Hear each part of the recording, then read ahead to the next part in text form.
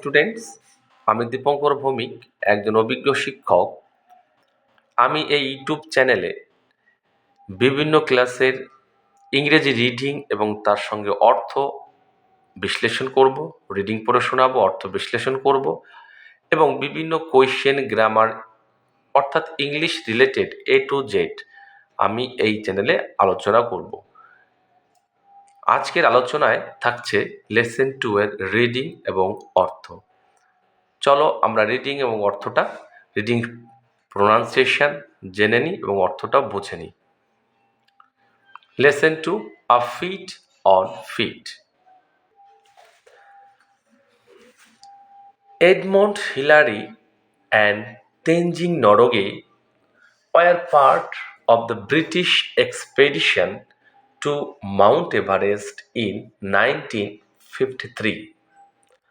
1953 সালে মাউন্ট এভারেস্টে ব্রিটিশ অভিযানে এডমন্ড হিলারি এবং তেনজিং নরগে অংশ নিয়েছিলেন।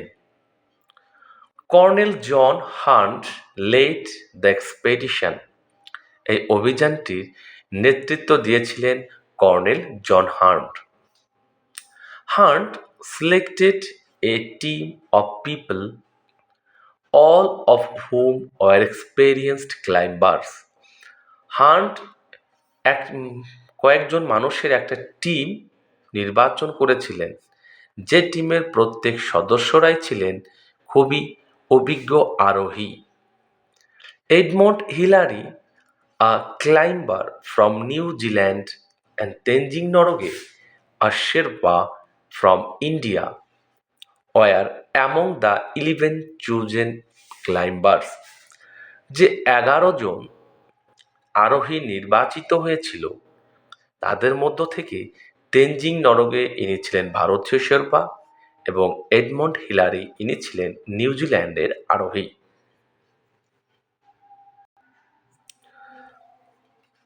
After months of planning, the team began to climb. বহু মাস পরিকল্পনা করার পর সেই টিমটি তাদের আরোহের অর্থাৎ পর্বতে চড়ার যাত্রা শুরু করলো।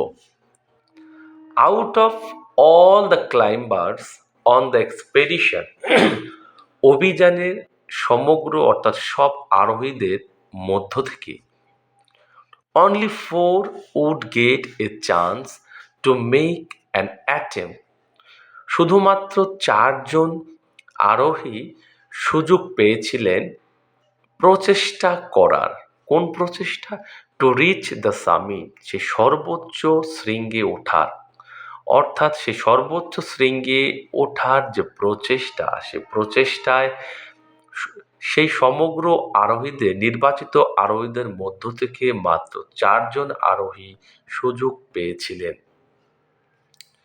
Hunt, the team leader, selected 2 teams of climber.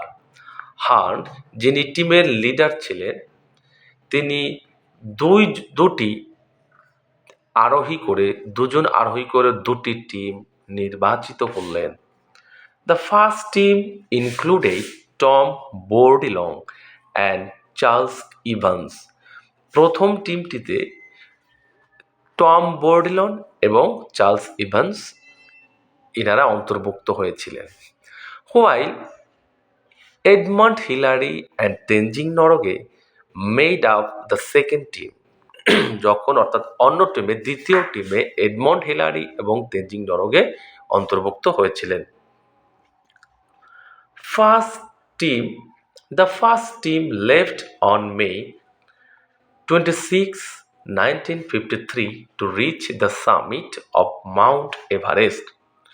প্রথম টিমটি 1953 সালের 26শে মে মাউন্ট এভারেস্টের সর্বোচ্চ শৃঙ্গে পৌঁছানোর যাত্রা শুরু করলেন। এখানে লেফট মানে ত্যাগ করা, অর্থাৎ কোনো কিছু ত্যাগ করে যাওয়া, অর্থাৎ এখানে যাত্রার উদ্দেশ্যে ত্যাগ করা, অর্থাৎ ঘর যেখানে ছিল সেই জায়গা থেকে ত্যাগ করা, অর্থাৎ সেই জায়গা থেকে অন্য জায়গার পথে যাত্রা করলো। The 2 men made it up to about 300 feet short of the summit. দুজন মানুষ অর্থাৎ সেই প্রথম দুজন আরোহী তারা কি করলো, 300 মিটার আগ পর্যন্ত পৌঁছাতে পারল। Still the highest any human being had yet reached. তখনও তখনও মানব সভ্যতার অর্থাৎ কোনো মানুষের পদার্পণ সর্বোচ্চ শৃঙ্গে পৌঁছানো বাকি ছিল। অর্থাৎ মাউন্ট এভারেস্টের সেই সর্বোচ্চ শৃঙ্গের 300 মিটার আগে পর্যন্ত প্রথম দুজন আরোহী পৌঁছাতে পেরেছিল, অর্থাৎ তখনও 300 মিটার বাকি ছিল। তাই স্টিল তবুও মানুষের সেই সর্বোচ্চ শৃঙ্গে পৌঁছানো তখনও বাকি ছিল।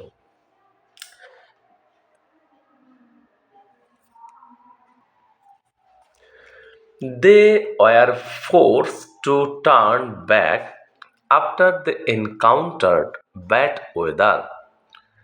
তারা খারাপ আবহাওয়ার সাথে সম্মুখীন হওয়ায় তারা পিছে ফিরতে বাধ্য হলেন। At 4 a.m. on May 29, 1953, Hillary and Norgay awoke and got ready for their climb.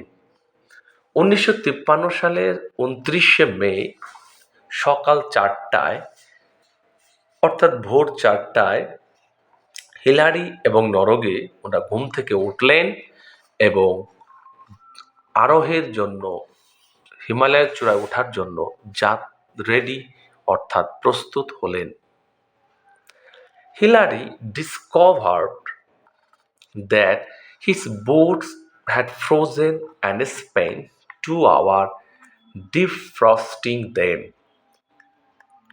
Hillary এটা আবিষ্কার করলেন বা দেখতে পেলেন যে তার বুটস এটা কি হয়েছে, বরফ হয়ে গেছে, অর্থাৎ বরফে ঢেকে গেছে, অর্থাৎ বরফ হয়ে গেছে, এবং সেই বুট থেকে বরফ ছড়ানোর জন্য তাকে প্রায় 2 ঘন্টা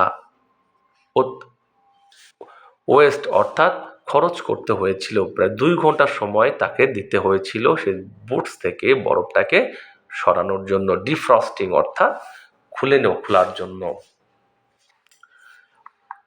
The two men left camp at 6:30 a.m. অর্থাৎ দ্বিতীয় টিমের 2জন ব্যক্তি অর্থাৎ আরোহী তারা ভোর 6:30টার সময় ক্যাম্প ছাড়লেন। কিসের উদ্দেশ্যে ক্যাম্প ছাড়লেন? হিমালয়ে চড়ার উদ্দেশ্যে ক্যাম্পটা ছাড়লেন। Upon their climb, they came upon one particularly difficult rock face. তাদের পাহাড়ে পর্বতে চড়ার সময়ে তারা একটি বিশেষ কঠিন পাথর বা শিলা বা পর্বতের সম্মুখীন হলেন। But Hillary found a way to climb it. কিন্তু হিলারি সেই পর্বত বা পাহাড় পাথরটিকে চড়ার রাস্তা খুঁজে নিলেন। The rock face is now called Hillary's step. সেই পাথরটি বা শিলাটি বা সেই ছোট্ট পর্বতটি পাহাড় তো হবে না, সে পাথর বা বলবো আমরা, পাথর বা শিলাই বলবো এখানে, যেটা পর্বতের উপরে বিভিন্ন বিভিন্ন প্রান্তে বড় বড় পাথর থাকে। তো সেই পাথরের ফেসটা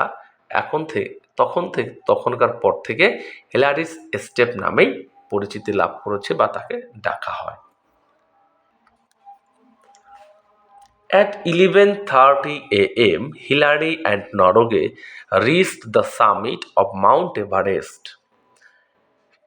সকাল অর্থাৎ 11:30টার সময় হিলারি এবং নরগে মাউন্ট এভারেস্টের সর্বোচ্চ শৃঙ্গে তারা পৌঁছালেন। Hillary reached out to shake Norgay's hand. Hillary নরগের হাতে হ্যান্ডশেক করার জন্য পৌঁছালেন। But Norgay gave him a hug in return. কিন্তু তার পরিবর্তে অর্থাৎ প্রতিদানে নরগে তাকে আলিঙ্গন করলেন, জড়িয়ে ধরলেন। The two men enjoyed only 15 minutes at the top of the world because of their low oxygen supply. পৃথিবীর সর্বোচ্চ চূড়াতে সেই দুজন আরোহী শুধুমাত্র 15 মিনিটই আনন্দ উপভোগ করতে পেরেছিলেন। তার কারণ ছিল তাদের অক্সিজেন সাপ্লাইটা কমে গিয়েছিল। লো অক্সিজেন সাপ্লাই এর কারণের জন্য তারা মাত্র 15 মিনিটই থাকতে পেরেছিলেন ওখানে। They spend their time taking photographs and enjoying the view. সেই অপরূপ সৌন্দর্য দেখে, উপভোগ করে এবং বিভিন্ন ফটো তুলে তারা সে 15 মিনিট অতিবাহিত করেছিলেন। নরগে প্লেসড আ food offering two god. Norgay ভগবানের উদ্দেশ্যে একটি খাবার রেখে দিলেন। When their 15 minutes were up, Hillary and Norge made their way back down the mountain. যখন তাদের 15 মিনিট অতিবাহিত হয়ে গেল তখন অর্থাৎ তারপর হিলারি এবং নরগে কি করলেন? মাউন্ট এভারেস্টের নিচে তারা নেমে এলেন, পর্বতের নিচে তারা নেমে এলেন। এখানে কিছু ওয়ার্ডট্রপ রয়েছে, সেই ওয়ার্ডট্রপগুলো আমরা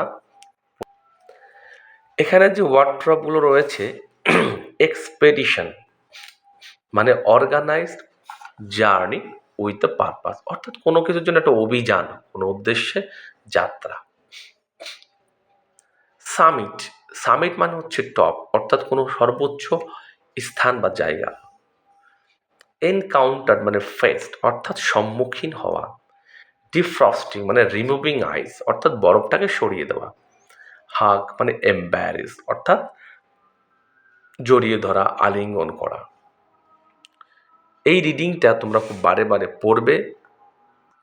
অর্থটা তুলনামূলকভাবে একটু কঠিন, কারণ ইংলিশ এই রিডিংয়ের সাথে সাথে যে অর্থটা বেরোচ্ছে সেই অর্থটাকে সাজিয়ে বলাটা সামান্য একটু হার্ডেল থাকতে পারে। কিন্তু কয়েকবার তোমরা রিডিং পড়ো এবং তার সঙ্গে অর্থগুলো কয়েকবার প্র্যাকটিস করলে তোমাদের অসুবিধাটা হবে না, তোমরা সেটা পেরে যাবে। তো ভিডিওটি কেটে কেটে নয়, আমি যে ভিডিওগুলো রীতিমতো ছাড়তে শুরু করেছি তোমরা নিজেরা খুব ভালো করে পড়বে। তোমাদের সেম ক্লাসের বন্ধু বান্ধবীদের কাছে ভিডিওটিকে শেয়ার করে দেবে, তাদেরকে ভিডিওটিকে দেখতে বলবে এবং আমি প্রতিনিয়ত এইভাবে ক্লাসের প্রত্যেকটা লেসনের পার্ট দিয়ে যাব। তো এইভাবে তোমরা যদি এর সঙ্গে প্র্যাকটিস করতে থাকো, ক্লাসগুলো দেখতে থাকো, তাহলে তোমাদের রিডিংটা খুব উন্নতি লাভ করবে এবং তোমরা তার অর্থটাও ভালোভাবে বুঝতে পারবে। তো ভিডিওটি ভালো লাগলে লাইক করবে, বন্ধুদের মধ্যে শেয়ার করবে, আর এই চ্যানেলটিতে নতুন হয়ে থাকলে সাবস্ক্রাইব করবে।